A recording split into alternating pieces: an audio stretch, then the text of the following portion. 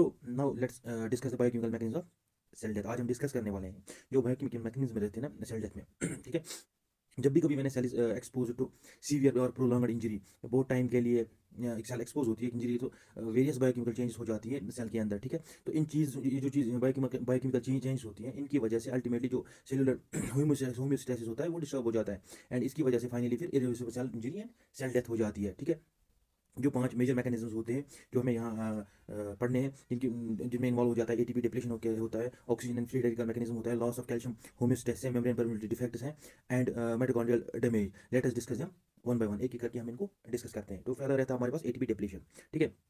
This is the first and one of the most important mechanism is this ATP depletion. ठीक है। जो ATP है इसको हम कहते हैं कि it's energy currency of the cell. Okay. ATP को हम कहते हैं it's energy currency of the cell. जो एटीपी हमारा रहता है ना, इसको हम कहते हैं energy currency of the cell. यही मेम्ब्रेन जो सेल्स के जो मेम्ब्रेन प्रोटीन्स होते हैं, सॉरी ट्रांसपोर्ट प्रोटीन्स होते हैं, वो वर्क करते हैं वया एटीपी। ठीक है। तो सेल्स को चाहिए एटीपी ताकि मेम्ब्रेन पंप जो है वो काम कर सकते हैं, प्रोटीन सिंथेसिस हो जाए और other molecules normal cellular function के लिए, एंजाइम्स के लिए जितनी भी सेल में प्रोसेस होती है वो होती है because of energy currency that is ATP. ठीक है। जब एटीपी प्रोडक्शन ही कम हो जाती है तो सेल की जो एबिलिटी होती है टू मेंटेन एसेंशियल प्रोसेस वो लूज हो जाती है। उसके बाद जो इंपॉर्टेंट पंप आपने सुना होगा, सोडियम पोटेशियम एटीपीएस पंप जिसको हम कहते हैं, सोडियम पोटेशियम एटीपीएस पंप जिसको हम कहते हैं। ठीक है। ये एक इंपॉर्टेंट पंप रहता है। ठीक है। ये डिस्टर्ब हो जाता है जब ये पंप फेल हो जाता है, तो सोडियम जो हो वो एक्यूमुलेट हो जाता है इनसाइड सेल। ठीक है। सेल के अंदर सोडियम जो है एक्यूमुलेट हो जाता है, इसकी कंसंट्रेशन बढ़ जाती है। ठीक है। वाटर जो है सेल में एंट्री करता है, सेल जो है उसकी स्वेलिंग हो जाती है। ठीक है। जब साथ साथ में एटीपी डिप्लीट होता है, जो सारी प्रोसेस होती रहती है, सारा बायोकेमिकल मैकेनिज्म चेंज हो जाता है, प्रोटीन सिंथेसिस कम होती है, तो हम इसको ऐसे कह सकते हैं कि जब एटीपी की डिप्लीशन हो जाती है या एटीपी कम हो जाता है या फेलियर हो जाता है, तो उसकी वजह से एनर्जी डिपेंडेंट जितनी भी प्रोसेस है वो सारी खत्म हो जाती है और इसकी जो सेल डिस्फंक्शन हो जाता है, सेल इंजरी हो जाती है। ठीक है। उसके बाद दूसरा मैकेनिज्म रहता है that is oxygen and free radical. तो oxygen and free oxygen derived free radical जिनको हम कहते हैं, जो ऑक्सीजन है इट इज एसेंशियल। देखो जो भी एटीपी प्रोसेस है, ATP production it is aerobic process, इसमें ऑक्सीजन यूज होता है। ठीक है। जब ऑक्सीजन यूज होता है तभी एटीपी बनता है। So it is essential for mitochondrial ATP production. ठीक है। जब भी ऑक्सीजन की डिस्टर्बेंस हो जाती है या ऑक्सीजन कम हो जाता है या इसकी एबिलिटी कम हो जाती है, तो इसकी वजह से क्या बन जाता है, आरओएस बन जाता है, जिसको हम कहते हैं रिएक्टिव ऑक्सीजन स्पेशीज। ठीक है। तो loss of lack of oxygen हो गया, ऑक्सीजन डिराइव्ड फ्री रेडिकल्स बन गए। ठीक है। उसकी वजह से जो फ्री रेडिकल्स होते हैं ये हाईली रिएक्टिव होते हैं, ये हाईली रिएक्टिव होते हैं। जब ये हाईली रिएक्टिव होते हैं ये क्या करते हैं, ये इंपॉर्टेंट सेलुलर कंपाउंड्स को खत्म करते हैं, ये लिपिड्स को अटैक करते हैं, ये प्रोटीन्स को अटैक करते हैं, ये डीएनए को अटैक करके इसकी वजह से क्या हो जाता है, ऑक्सीडेटिव स्ट्रेस हो जाता है। सो जब भी ज़्यादा से ज़्यादा ये रिएक्टिव ऑक्सीजन स्पेशीज बन जाते हैं, वाइड स्प्रेड सेलुलर डैमेज हो जाता है एंड सेल डेथ हो जाती है। तो ये रहा दूसरा मैकेनिज्म। तीसरा है loss of calcium homeostasis. Okay. ये भी इंपॉर्टेंट मैकेनिज्म है। नॉर्मली क्या होता है कि जो कैल्शियम इनसाइड द सेल होता है साइटोप्लाज्म, और इसमें जिसकी कंसंट्रेशन बहुत कम होती है, तो जो सेल ये यूज करती है इस कैल्शियम को to maintain the sorry to carry the energy dependent process जितनी भी होती है। लेकिन जब सेल की इंजरी हो जाती है, ठीक है, इंट्रासेलुलर कैल्शियम जो है बढ़ जाता है। ठीक है। जब इंटर उसकी वजह से क्या हो जाता है, जो इंक्रीज इंटरनल कैल्शियम बढ़ जाता है, इसकी वजह से ये हो जाती है कि फॉस्फोलाइपेसेस, प्रोटीएसेस, डिफरेंट एंजाइम सिस्टम जो है वो एक्टिवेट हो जाते हैं, इंडोन्यूक्लियसेस, एटीपीएसेस, और ये जो एंजाइम्स होते हैं ये different components of the cell को डैमेज कर जाते हैं। ठीक है। फॉर एग्जांपल जो फॉस्फोलाइपेसेस डैमेज करते हैं मेम्ब्रेन्स को, प्रोटीन्स करते हैं डैमेज प्रोटीन्स को, एंड आप जैसे आपको पता है इंडोन्यूक्लियस वो डैमेज करते हैं डीएनए को। सो इंटरसेलुलर कैल्शियम जब बढ़ जाता है, कैल्शियम डिपेंडेंट एंजाइम जो है वो बढ़ जाते हैं, उसकी वजह से वो मेजर मेम्ब्रेन सिस्टम्स या मेजर प्रोटीन्स को या लिपिड्स को या इंडोन्यूक्लियस को या डीएनए को डिस्ट्रॉय करके सेल की जो नॉर्मल फिजियोलॉजी खत्म कर देते हैं। उसके बाद है जो fourth that is membrane permeability defects. Okay. जो सेल मेम्ब्रेन जो नॉर्मली होता है, सेल मेम्ब्रेन ये एक बैरियर होता है। ठीक है। Outer environment of the cell में या एक्स्ट्रा सेलुलर इंटरसेलुलर एनवायरनमेंट में के बीच में एक बैरियर होता है। ठीक है। जब सेल इंजरी हो जाती है जो इसकी इंटीग्रिटी होती है वो लॉस हो जाती है, ये परमिएबल बन जाता है। एबनॉर्मली सेल मेम्ब्रेन जो होता है it is permeable, selectively permeable, but abnormally में कुछ भी अंदर जा सकता है, कुछ भी बाहर जा सकता है। एज ए रिजल्ट जो सोडियम एंड कैल्शियम है वो क्या करते हैं, वो इंटर द सेल। ठीक। वाइल इंपॉर्टेंट जो सेल कंपोनेंट्स है मे लीक आउट, वो बाहर जा सकते हैं। ठीक है। सोडियम अंदर आ सकता है, कैल्शियम अंदर आ सकता है, जो इंपॉर्टेंट कंपोनेंट वो बाहर जा सकते हैं। ठीक है। क्योंकि कोई रेगुलेटरी मैकेनिज्म नहीं रहता है यहाँ पे जब मेम्ब्रेन डैमेज हो जाती है, तो इसकी वजह से इंबैलेंस हो जाता है और वाटर जो है उसकी एंट्री हो जाती है किसमें, सेल में, जो फर्दर डैमेज करता है। ठीक है। अगर ज़्यादा से ज़्यादा डैमेज हो जाएगा प्लाज्मा मेम्ब्रेन, जो एसेंशियल इंपॉर्टेंट कंपोनेंट वो तो लीक हो ही जाएंगे, एंड फाइनली जो सेल की डेथ हो जाएगी। उसके बाद है हमारा last component that is mitochondrial damage. जैसे हम सबको पता है कि जो mitochondria is known as power house of the cell, because जितना भी एटीपी बनता है माइटोकॉन्ड्रिया की वजह से बनता है। Mitochondria is known as power currency of the cell. जब माइटोकॉन्ड्रिया डैमेज होता है तो जो एटीपी प्रोडक्शन है, ठीक है, एटीपी प्रोडक्शन जो है वो कम हो जाती है creating which is cycle of cellular injury. ठीक है, mitochondrial injury can also result in the formation of abnormal high conductance channels commonly associated with the mitochondrial permeability MPT, high conductance channels बन जाते हैं जिनको हम कहते हैं MPT, जिसको mitochondrial permeability transition. ठीक है, in addition to damage mitochondria can release साइटो जो डैमेज ये होता है माइटोकॉन्ड्रिया, इससे निकल जाता है क्या साइटोक्रोम सी. साइटोक्रोम किस क्यों इंपॉर्टेंट है? Because it important signal in the activation of intrinsic apoptotic pathway. जो एपोप्टोसिस होते हैं जिसको हम कहते हैं प्रोग्रामर सेल डेथ, उसी में का ये इंपॉर्टेंट रोल प्ले करता है जो हम आगे पढ़ेंगे साइटोक्रोम सी. तो जब इंट्रिंसिक एपोप्टोटिक पाथवे एक्टिवेट हो जाता है अल्टीमेटली एपोप्टोसिस हो जाती है, प्रोग्रामर सेल डेथ हो जाती है सेल की. सो माइटोकॉन्ड्रियल डैमेज जो है ये कंट्रीब्यूट करता है सेल डेथ को through energy failure as well as activation of apoptosis. यहाँ दो चीजें होती हैं, साइटोक्रोम सी लीकेज हो जाता है, वो क्या करता है, वो एपोप्टोसिस कराता है. ठीक है, एक तो ये माइटोकॉन्ड्रिया की वजह से एटीपी प्रोडक्शन कम हो जाती है, दूसरी बात ये है कि इसकी वजह से इंपॉर्टेंट एंजाइम्स साइटोक्रोम सी जो इसका रोल है किसमें एपोप्टोसिस में, तो एपोप्टोसिस मैकेनिज्म जब एक्टिवेट हो जाता है सेल की प्रोग्रामेड सेल डेथ हो जाती है, प्रोग्रामेड सेल डेथ हो जाती है. तो दीज आर ऑल 5 मैकेनिज्म जो हमने डिस्कस किए पे. सो now these 5 mechanisms are not actually isolated event, they are interconnected. Okay, ये सारी जो है ना जितने भी मैकेनिज्म है ये इंटरकनेक्टेड है. For example mitochondrial damage cause ATP depletion. ATP depletion जब हो जाती है उसकी वजह से आयन पंप्स डिस्टर्ब हो जाते हैं. ठीक है, उसकी वजह से कैल्शियम एक्युमुलेशन हो जाता है, सेलुलर स्वेलिंग हो जाती है और इंक्रीज कैल्शियम, जब अंदर कैल्शियम बढ़ जाता है तो वो एंजाइम्स को एक्टिवेट करता है. उन एंजाइम्स की वजह से ऑक्सीडेटिव स्ट्रेस हो जाता है, मेम्ब्रेन डैमेजेस हो जाते हैं, प्रोटीन्स डैमेज हो जाते हैं, डीएनए डैमेज हो जाता है. Eventually injury becomes irreversible, cell process जो है towards cell death. Okay, so the overall sequence can be remembered as पहले एटीपी फेलियर हो जाता है, उसके बाद ऑक्सीडेटिव स्ट्रेस हो जाता है, उसके बाद उसके साथ साथ में कैल्शियम एक्युमुलेशन हो जाती है, मेम्ब्रेन डैमेज हो जाती है, माइटोकॉन्ड्रियल इंजरी हो जाती है, irreversible cell injury and finally cell death हो जाती है. Okay, moving to the next slide, हम नेक्स्ट स्लाइड को डिस्कस करेंगे. So let's now discuss ischemia and hypoxic injury. Ischemia and hypoxia. Okay, so जो पहला पॉइंट है जो आपको याद रखना है, that's ischemia injures tissues faster than hypoxia. जो इंजरी हो जाती है इस्चीमिया की वजह से वो फास्टर होती है as compare to hypoxia. Reason ये है कि हाइपोक्सिया क्या होता है, पहले डिफाइन करेंगे हम हाइपोक्सिया क्या होता है और इस्चीमिया क्या होता है. हाइपोक्सिया मीन्स सिंपली कि reduce oxygen availability, when there is reduced oxygen availability to the tissue or cell, इसको हम कहते हैं हाइपोक्सिया. फिर इस्चीमिया क्या होता है, इस्चीमिया में रिड्यूस ब्लड सप्लाई.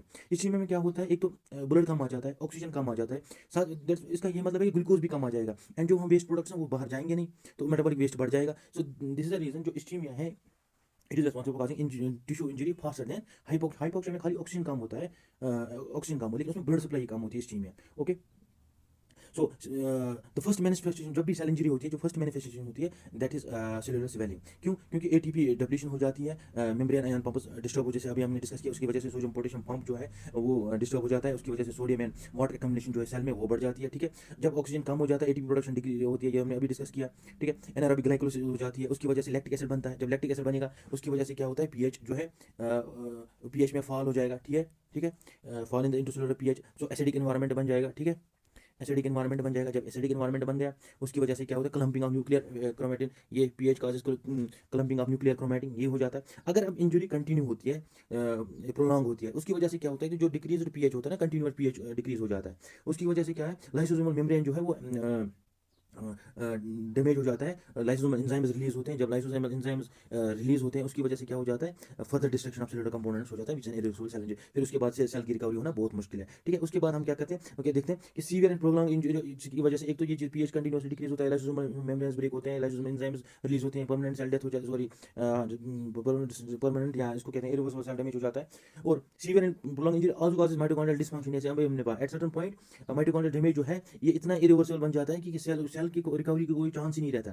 ठीक है, अगर हम ओरिजिनल कॉज को रिमूव नहीं कहते. सो सीवियर पीएच डिस्टर्बेंस जो होता है, जो सेल है इसमें एबिलिटी होती है टू रिकवर, बट इसकी एबिलिटी खत्म हो जाती है रिकवरी की. ठीक है, अगर माइटोकॉन्ड्रियल डिसफंक्शन हो गया, सो जब ज़्यादा डैमेज हो जाता है सेल मेम्ब्रेन में, तो मेम्ब्रेन की जो इंटीग्रिटी है लॉस हो जाती है, लीकेज हो जाते हैं कंटेंट एट दिस स्टेज. जो इंजरी होती है essentially irreversible and the cell progress towards death. So आप एक लाइन में इसको कैसे याद रखेंगे, ऐसे याद रखना है कि ऑक्सीजन कम हो गया, ब्लड सप्लाई कम हो गई, एटीपी कम बन गया, उसकी वजह से आयन पंप फेलियर हो गया, उसकी वजह से सेलुलर स्वेलिंग होगी, एनारोबिक ग्लाइकोलिसिस होगा, पीएच कम होगा, ओवर पीएच कम होगा. अगर ये प्रोलॉन्ग रहा उसकी वजह से क्रोमेटिन की क्लम्पिंग हो जाएगी, माइटोकॉन्ड्रियल एंड मेम्ब्रेन डैमेज हो जाएगा और फाइनली इरिवर्सिबल सेल इंजरी हो जाएगी. तो ये सारा आपको याद रखना है. अक्सर एग्जाम में पूछा जाता है कि इस्चीमिया क्या होता है, हाइपोक्सिक इंजरी क्या होती है और इस्चीमिया और हाइपोक्सिया में क्या डिफरेंस है, फास्ट टिश्यू इंजरी किससे होती है, फर्स्ट मैनिफेस्टेशन क्या है, अगर कंटिन्यूस पीएच डैमेज हो तो उससे क्या हो जाए. तो these are all basic thing जो आपको याद रखनी किसी भी एग्जाम के लिए. Okay, let's discuss new slide.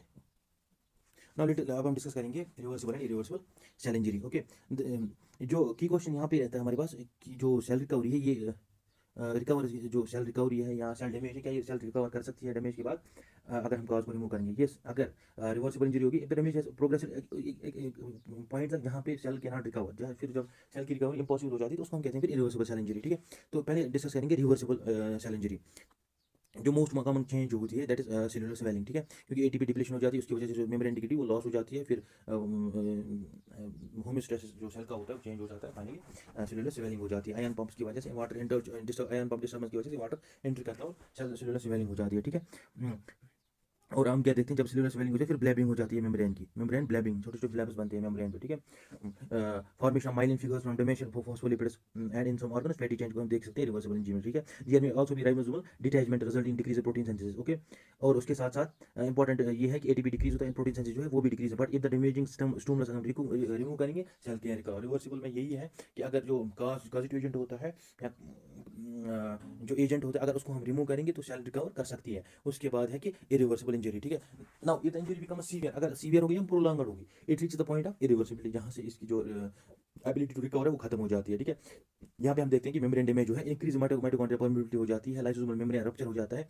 सो जो nucleus also undergoes irreversible cell changes such as pyknosis हो जाती है, followed by other nuclear changes, ठीक है। At this stage the cell is unable to restore its normal pH and ATP levels, ठीक है। ये अपने जो एटीपी और पीएच लेवल्स है इनको रिस्टोर नहीं कर पाती है, ओके, ठीक है। उसके बाद ultimately cell dies by necrosis और एपोप्टोसिस, फिर इसमें नेक्रोसिस या एपोप्टोसिस हो जाती है, ठीक है। Reversible injury means that cell is injured but can not recover, ठीक है। जो इरिवर्सिबल इंजरी होती है उसको हम कहते हैं damage cross the point two return, मतलब एक उस पॉइंट है जहां तक सेल की एबिलिटी होती है कि ये रिवर्स कर सकती है इस डैमेज को। अगर वो पॉइंट क्रॉस हो गया, वो थ्रेशोल्ड क्रॉस हो गया, तो उसके बाद सेल जो एक फेज में जाती है जिसको हम कहते हैं irreversible cell injury. So two major indicators of irreversibility, severe mitochondrial dysfunction and severe membrane damage. Once these become profound, जब ये हो जाती है ना ये दो चीजें, cell cannot return to its normal physiological state. Okay, let us discuss another topic now. No, अब हम डिस्कस करेंगे free radical induced cell injury को। जो जैसे आपको पता है फ्री रेडिकल्स होते हैं हाईली रिएक्टिव मॉलिक्यूल जो होते हैं, इनमें एक अनपेयर्ड इलेक्ट्रॉन होता है जिसकी वजह से इनकी रिएक्टिविटी बहुत ज़्यादा होती है और ये अनस्टेबल होते हैं, they can react rapidly with important cellular components, जिसके और कंपोनेंट में प्रोटीन होते हैं, लिपिड्स होते हैं, डीएनए है, उसकी वजह से सेल डेथ सेल इंजरी हो सकती है, ठीक है। सो जब भी रेस्पिरेटरी बर्स्ट होता हो जाता है, एनएडीपीएच ऑक्सीडेज जो है वो एक्टिवेट हो जाता है, ठीक है। ये जब एक्टिवेट हो जाता है, ये क्या काम करता है, ये सुपर ऑक्साइड्स बनाते हैं, ठीक है। सुपर ऑक्साइड्स बनाते हैं, जब ये सुपर ऑक्साइड बनाए उसकी वजह से क्या होता है, रिएक्टिव ऑक्सीजन स्पीशीज बढ़ जाते हैं, उनकी कंसंट्रेशन बढ़ जाती है। जब वो बढ़ जाते हैं उसकी वजह से क्या होता है कि जितने भी इंपॉर्टेंट कंपोनेंट्स सेल में होते हैं, चाहे लिपिड्स हो, प्रोटीन्स हो, डीएनए हो, मेम्ब्रेन हो, और उनमें अटैक करके इंजरी कराते हैं, ठीक है। उसके बाद एक इंपॉर्टेंट ये है फ्री रेडिकल जिसको हम कहते हैं हाइड्रोक्सल रेडिकल, ठीक है। हाइड्रोक्सल रेडिकल एक इंपॉर्टेंट रेडिकल रहता है, मोस्ट रिएक्टिव भी है एंड मोस्ट डैमेजिंग भी है, ठीक है। ये रैपिडली अटैक करता है किनको, सेल मेम्ब्रेन को, लिपिड्स को, प्रोटीन्स को एंड डीएनए को। Dismutation superoxide produces hydrogen peroxide, ठीक है। हाइड्रोजन पेरोक्साइड क्या है, ये भी H2O2 जिसको हम कहते हैं, ठीक है। सुपर ऑक्साइड जो है इनकी डिसम्यूटेशन हो जाती है, बन जाता है क्या, H2O2, ओके। एसओडी जो है superoxide dismutation, protective antioxidant enzyme होता है, ठीक है। ये कन्वर्ट करता है सुपर ऑक्साइड को इनटू H2O2। ये जो रिएक्शन है ये स्पॉन्टेनियसली होती है, but it is accelerated by superoxide dismutase और एसओडी जिसको हम कहते हैं, ठीक है। एसओडी आपने नाम सुना होगा, सुपर ऑक्साइड डिसम्यूटेस, ये एक इंपॉर्टेंट एंटीऑक्सीडेंट एंजाइम है, ठीक है। एंटीऑक्सीडेंट डिफेंस मैकेनिज्म हमारा एक और है दैट इज ग्लूटाथियोन पेरोक्सीडेज। ये क्या ये क्या काम करता है, इट कन्वर्ट्स हाइड्रोजन पेरोक्साइड, ठीक है, H2O2, इसको किस में कन्वर्ट करता है, and lipid into harmful less harmful products, ठीक है, लेस हार्मफुल प्रोडक्ट्स। H2O2 को या बाकी पेरोक्साइड जितने भी हैं इनको कन्वर्ट करता है लेस हार्मफुल, ताकि सेल की जो इंटीग्रिटी है वो मेंटेन हो सके, ठीक है, और सेल डैमेज जो है वो कम हो सके, ठीक है, ओके। तो हमारे पास डिफरेंट एसओडीज होते हैं, प्रोटीन एंजाइम्स होते हैं, जिसमें मैग्नीशियम एसओडी जो होता है, मैग्नीज एसओडी होता है, पेरोक्साइड डिसम्यूटेस, ये माइटोकॉन्ड्रिया में होता है। उसके बाद कॉपर जिंक एसओडी होता है जो प्रेजेंट होता है साइटोसोल में। सो अगर आप एक लाइन में इसको याद रखना चाहते हैं, जब एसओडी है ये कंट्रोल करता है सुपर ऑक्साइड्स को, ग्लूटाथियोन पेरोक्साइड ये कंट्रोल करता है H2O2 ऑक्सीडेंट प्रोडक्ट, H2O2 को कन्वर्ट करता है इंटू या अदर प्रोडक्ट पेरोक्साइड्स को कन्वर्ट करता है इंटू लेस हार्मफुल सब्जेक्ट्स में। तो उसकी वजह से क्या है, जो डैमेज है वो कम हो जाता है, सेल इंजरी जो और कम हो जाती है, ठीक है। तो let's discuss another slide. Now let us discuss cellular swelling also known as, इसको हम कहते हैं क्लाउडी स्वेलिंग। सबसे अर्लीस्ट एंड मोस्ट कॉमन जो है, अर्लीस्ट एक तो इसको हम कहते हैं अर्लीस्ट, ठीक है, और most common manifestation of the reversible cell injury जो है that is cellular swelling, cloudy swelling होती है, ठीक है। ये होती है यूजुअली क्यों होती है, अगर इन रेस्पॉन्स टू माइल्ड और मॉडरेट इंजरी, ठीक है। तो जो मेन मैकेनिज्म होता है इसमें, ठीक है, अगर माइल्ड इंजरी स्टिमुलस होगा उसकी वजह से क्या हो जाती है, सेलुलर स्वेलिंग या क्लाउडी स्वेलिंग हो जाती है, ठीक है। तो जो मेन मैकेनिज्म इसमें होता है कि डिस्टर्बेंस ऑफ सेलुलर मेटाबॉलिज्म हो जाता है, particularly reduce ATP production when ATP decrease, sodium potassium pump जो सोडियम पोटेशियम एटीपी पंप जो है बिकम लेस एफिशिएंट, वो तो पढ़ा है हमने। सोडियम एक्यूमुलेट हो जाएगा सेल में, वाटर फ्लो इंक्रीज हो जाता है क्योंकि कंसंट्रेट अंदर बढ़ रहा है, तो इसकी वजह से वाटर की जो एंट्री है बढ़ जाएगी एंड सेलुलर स्वेलिंग स्टार्ट हो जाती है, ठीक है। बिकॉज ऑफ दिस स्वेलिंग जो साइटोप्लाज्म है ये मोर ग्रेनुलर एंड क्लाउडी हो जाता है, ठीक है। ये earliest sign of cell injury को कहते हैं हम सेलुलर स्वेलिंग, ठीक है। Cytoplasm becomes more granular and than normal, ठीक है। Granules are soluble in acetic acid, so ground glass appearance हम इसको कहते हैं, ठीक है। Because of this swelling the cytoplasm becomes more granular and cloudy than normal, that's why it's known as cloudy swelling. Cloudy swelling इसलिए कहते हैं क्योंकि जो साइटोप्लाज्म है ये ग्रेन्युलर हो जाता है, क्लाउडी हो जाता है। अनदर इंपॉर्टेंट फीचर जो है यहाँ पे दैट सेलुलर ग्रेन्युल्स में बिकम ये सॉल्युबल इन एसिटिक एसिड, ठीक है, producing ground glass appearance microscope के लिए, ठीक है। और उसके बाद हम एक और चीज़ आपको याद रखनी है, दैट इज पैरेंकाइमेटस डीजनरेशन। किसको कहते हैं? सेलुलर स्वेलिंग को कहते हैं, particularly when describing the degenerative change in the parenchymal organs. Okay, so ये भी कुछ बेसिक चीज़ें हैं सेलुलर स्वेलिंग में जो आपको याद रखनी है। Now let's move to another slide. Hey everyone, don't forget to like this video right now, share it with all of your best friends, and hit that big subscribe button. Click the bell for all new notifications.